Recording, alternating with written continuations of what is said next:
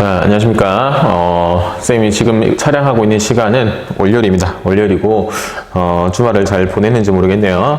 일단, 한 가지 수업 전에 미리 얘기를 하자면은, 우리가 지금 2강까지 수업을 진행을 했어. 2강까지 수업을 진행을 했는데, 3점짜리 문제가 어렵다는 학생도 있고, 시험에 대한 걱정이 있는 학생들도 있는 것 같은데, 일단 물리학2 내용 자체가 조금 어려울 수도 있어요. 그렇기 때문에 가급적 선생님이 시험 문제를 낼 때는 3점짜리보다는 2점짜리 위주로 문제를 구성하도록 할 테니까 너무 큰 부담감은 갖지 않고 수업에 들어주면 수업을 들으면 되겠습니다. 자, 그럼 오늘 진도로 바로 넘어갈까요? 오늘 진도는 34쪽입니다. 물체의 운동 두 번째 시간입니다. 자, 일단 오늘 배울 물체의 운동은 어떠한 물체의 운동이냐?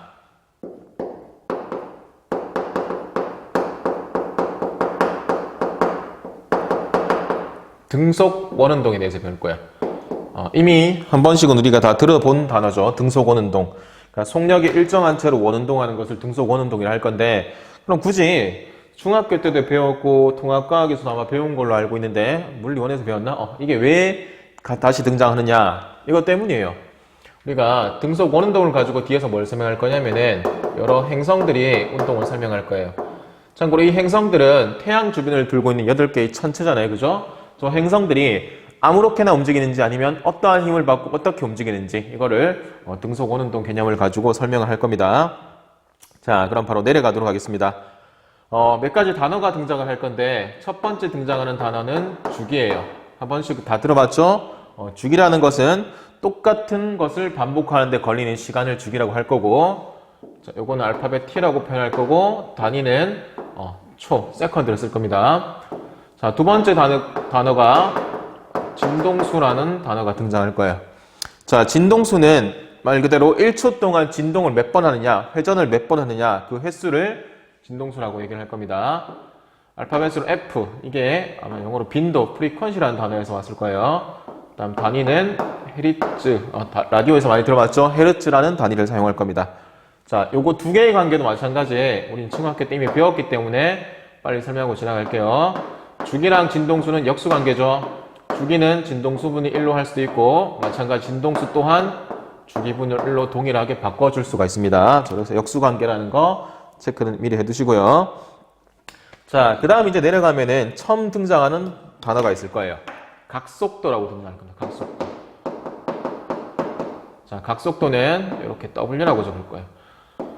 자, 정의 한번 볼까요? 매우 간단합니다. 1초 동안 회전하는 중심과, 자, 그림을 한번 알아보겠습니다. 밑에 그림이 아마 나와 있을 건데, 오른쪽 편에 있죠, 동그라미 이렇게 있고, 자, 일단 그림부터 표현할게요. 이렇게, 부채꼴 모양이 하나 있을 거예요. 공이 여기서 출발할 겁니다. 요때 요 지점에 공의 위치를 P, 그 다음에 요 지점에서 공의 위치를 Q, 그 다음에 요 지점에서 P에서 Q 쪽으로 갈 때 공이 처음 속도를 V, 그 다음에 요때 요 각도를 세타, 그리고 반지름을 R이라고 둘 거예요. 또 뭐가 있는지 한번 볼까요? 대충 다 표현한 것 같네요. 원점은 동그라미. 자, 각속도 다시 한번 볼까요? 각속도라는 것은 1초 동안 요 각을 얼마만큼 갖느냐, 그걸 각속도라고 그럴 거예요. 그러면 구하는 공식을 한번 보겠습니다. 동그라미 2번 보면은 각속도를 구하는 공식 나와 있죠. 어떻게 계산한다? 말 그대로 시간분의 각도를 간 거니까 t분의 세타로 계산할 수가 있어요. t분의 세타. 이때 단위는 각도의 단위 라디언에다가 시간 단위 초를 나누게 되면은 이게 각속도의 단위가 될 겁니다. 자, 그럼 밑에 이제 속력과 각속도 동그라미 3번이 있을 건데, 자, 이걸 한번 분석을 해봅시다. 일단 P에서 Q까지 호의 길이 L, 요거죠. 표현 한번 해볼게요. P에서 Q까지 호의 길이를 L이라고 둘 겁니다. 여기서까지. 자, 참고로 호의 길이를 구하는 공식은 알고 있죠. 반지름 곱하기 세타, 이렇게 계산할 겁니다. 자, 그 다음에 두 번째 속력 구하는 공식도 알고 있을 거예요. 속력은 시간분의 이동거리니까 시간 동안 간 길이, 호의 길이 L, 이렇게 계산할 겁니다.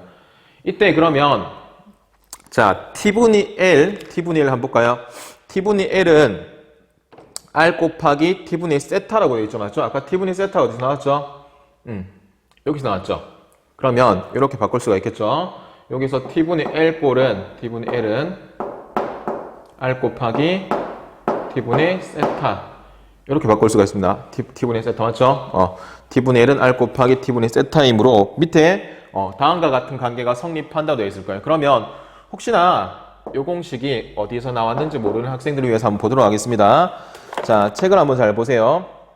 아까 위에서 공식을 보게 되면은 W는 T분의 세타라고 되어 있고 그 다음 밑에 세타는 W 곱하기 T라고 되어 있잖아요. 맞죠? 그럼 우리가 속력을 구하는 공식은 뭐라고 했죠? 시간분의 이동한 거리라고 했죠. 맞죠? 그럼 아까 거리 L은 어떻게 계산한다 했죠? L은 R 세타라 그랬죠. 맞죠? 그래서 L 대신에 R 세타를 집어넣어서 이 공식이 나오게 된 거예요. 이해했죠? 요게 L이랑 똑같습니다. 아까 여기 있었죠? 요 공식하고 똑같습니다. 자, 그럼 정리하게 되면은 이제 각속도와 속도의 관계가 밑에 나올 건데 각속도와 속도의 관계 한번 볼까요? 아까 위에서 요 공식에 따올 거예요. 밑으로 쭉 내려오겠습니다. 각속도를 구하는 공식 W는 어떻게 계산한다 했죠? T분의 세타라고 계산한다 했죠. 맞죠? T분의 세타. 그 다음 아까 V는 어떻게 계산한다 했죠? V는 R 곱하기 T분의 세타라고 한다 했죠. 맞죠? R 곱하기 T분의 세타. 자, 그럼 정리하게 되면은 T분의 세타 대신에 W를 넣으면 되겠죠. 그러면 이제 공식이 나올 거예요. 밑에 어떤 공식이 나와 있죠? 속도 V는 각속도 W에다 얼마를 곱하면 된다? 반지름 R을 곱하면 된다. 이런 공식이 나왔습니다. 뭐 변형시키는 거는 옆에 있는 공식은 똑같죠. 요거는 각속도 W는 반지름분의 속도로 계산할 수 있다. 이런 공식이 나왔습니다. 자, 여러분들이 첫 번째 기억해야 될 공식은 이겁니다. 잘 기억을 하세요. 사실 위의 공식 과정 같은 것들은 다 잊어도 상관없어요. 그렇지만 각속도와 속도의 관계는 이렇다는 거는 꼭 머릿속에 있어야 합니다. 알겠죠? 자, 그 다음 밑에 내려가면은 주기 진동수와 각속도의 관계가 나와 있는데 자, 이것도 한번 봅시다. 왜 그런 공식이 나왔는지. 보통 우리가 속도를 구하는 공식은 시간분의 변이라는 걸 알고 있잖아요. 맞죠? 시간분의 변이. 자, 그럼 이거는 원운동이기 때문에 여기다가 이제 구체적인 값을 집어넣을 거예요. 속도를 V라고 두고 시간을 한 바퀴 도는데 걸린 시간을 T. 그 다음에 한 바퀴 도는 거니까 원운동에서 2πr 이렇게 계산할 수 있겠죠. 맞죠? 됐죠? 자, 그럼 계산하게 되면 아까 T분의 2πr이 V라는데 이게 뭐랑 또 했어요? 각속도 곱하기 속도랑 똑같다 했죠? W 곱하기 R이랑 똑같습니다. 자, 그러면 R이 소거되고 결국 뭐가 나오느냐? 각속도 W는 T분의 2π. 여기서는 그럼 뭘 알 수 있느냐? 요 각속도랑 주기와의 관계를 알 수가 있어요. 그럼 각속도와 주기의 관계는 비례다, 반비례다? 반비례라는 사실을 우리는 알 수 있는 거죠. 자, 그럼 주기와의 관계를 안다는 얘기는 각속도와 진동수의 관계 또한 안다는 얘기가 됩니다. 아까 여기서 진동수랑 주기랑은 반비례 관계라 그랬죠? 그래서 바꾸게 되면은 각속도는 2π에다가 진동수 F를 곱한 거다. 그러면 여기서 이번에는 각속도랑 진동수랑 무슨 관계다? 그렇죠. 비례 관계라는 사실을 알 수 있어요. 자, 그럼 우린 여기서 일단 각속도라는 개념이 처음을 등장했고 이 각속도랑 속도와의 관계, 각속도랑 주기와의 관계, 각속도랑 진동수와의 관계 세 가지 관계에 대해서 한번 살펴봤습니다. 밑에 과학 돋보기 라디온과 순간속도는 여러분들이 한번 참고해서 시간을 할 때 읽어보면 되겠습니다. 그러면 다음 페이지 35쪽으로 넘어가겠습니다. 35쪽. 자, 그럼 여기서도 또 처음 보는 단어가 두 가지가 등장할 거예요. 첫 번째가 구심가속도가 등장할 거고 두 번째가 구심력이었나요? 구심력이 등장하네요. 사실 처음 들어보는 생소한 단어는 아니에요. 구심력이랑 원심력 차이 알죠?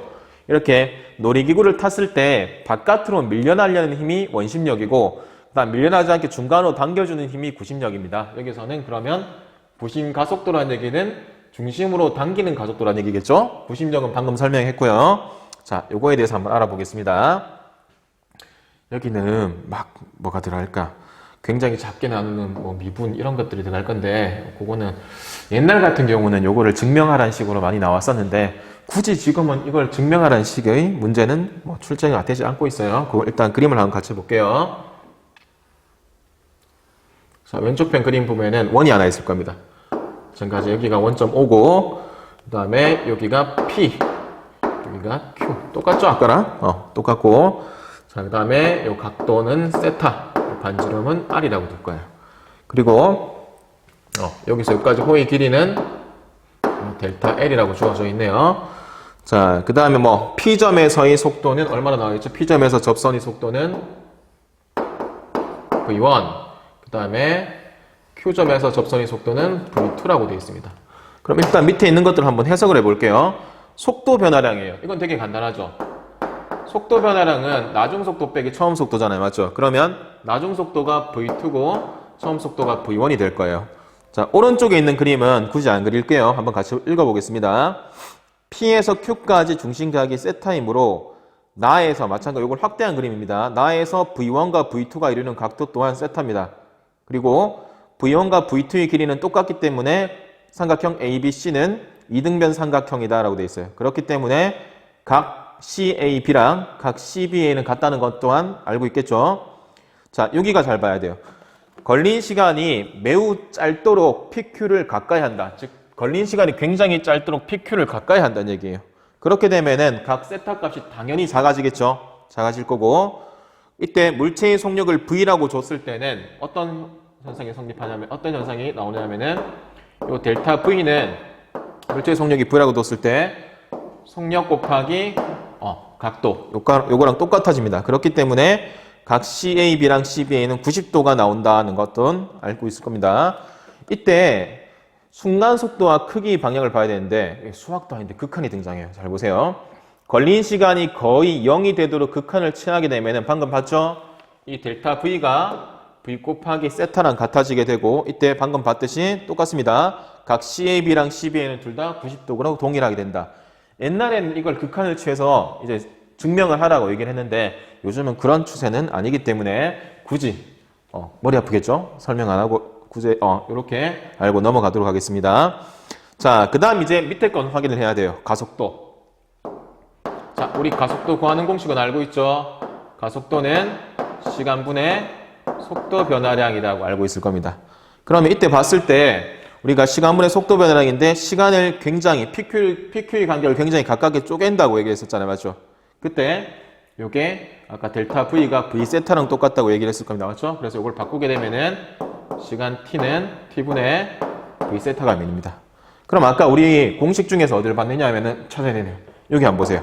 여기 T분의 세타는 각속도랑 같다고 했죠. 그럼 요 공식을 또 바꿀 거예요. 요 T분의 세타가 각속도 W랑 똑같기 때문에 가속도 A는 V 곱하기 즉 속도 곱하기 각속도가 똑같아지는 거겠죠. 그렇죠? 자, 그걸 이제 바꾸게 되면 한번 볼까요? 또 W도 바꿀 수 있겠죠. 각속도도. 자, 이걸 한번 쭉 분석을 해볼게요. 잘 보세요. 아까 속도 V는 어떻게 계산했죠? 속도 V는 어디 있었나 한번 볼까요? 여기 나오네요. R분의 R 곱하기 T분의 세타랑 동일하고 이거는 각속도 곱하기 R이랑 똑같다고 얘기했습니다. 요거를 여기다가 그대로 집어넣을 거예요. 이거 이렇게 그렇게 바꾸게 되면 최종적으로 뭐가 나오냐? 이게 나오겠죠. 가속도 A는 자, WR이 여기에 들어가게 되면은 R 곱하기 W 제곱이 된다. 자, 이게 가속도 값입니다. 이 공식 또한 여러분들이 기억을 해줘야 합니다. 자, 그래서 거기에 체크해 놓으세요. A는 R 곱하기 각속도 제곱이랑 동일하다라는 거 기억을 할 거고. 자, 그럼 밑에 내용을 한번 보겠습니다. 방향, 델타 V 방향은 운동 방향의 수직이다. 말 그대로 어떠한 물체가 움직일 때 이 속도의 방향은 접선의 순간 속도는 접선에서의 방향, 접선의 방향이랑 동일하기 때문에 속도의 방향은 속도의 방향은 운동 방향의 수직이다라고 되어 있죠. 자, 그 다음에 원에서 그 법선은 원이 중심을 지나기 때문에 가속도의 방향은 원 중심을 향한다는 얘기예요. 즉 속도의 방향은 이렇게, 가속도의 방향은 이런 식으로 향한다는 얘기가 되겠죠. 그렇죠? 자, 이때 그러면 가속도가 아까 뭐라고 했죠? 원이 중심을 향한다 했죠. 그래서 이 가속도를 뭐라고 표현하느냐? 우리는 구심가속도라고 얘기를 하는 겁니다. 그래서 밑에 구심가속도 정의 한번 볼까요? 등속 오는 동안의 물체의 가속도 방향은 항상, 여기 체크합시다. 항상 원이 중심을 향한다. 따라서 이때 등속 원운동에 있어서의 가속도를 우리는 구심가속도라고 칭할 겁니다. 그래서 구하는 공식은 밑에도 나왔지만 A는 아까 V 곱하기 W라고 그랬죠? 이렇게 바꾸게 되면 R분의 V제곱을 해갖고 결국 구심가속도는 이렇게 반지름 곱하기 각속도의 제곱으로 나온다는 거. 이것도 마찬가지 여기서 여기까지 굳이 증명할 필요 없어요. 이 공식 정도만 잘 기억해 놓으면 나중에 충분히 활용을 할 수 있을 겁니다. 자, 그러면 뒤로 한번 넘어가 볼까요?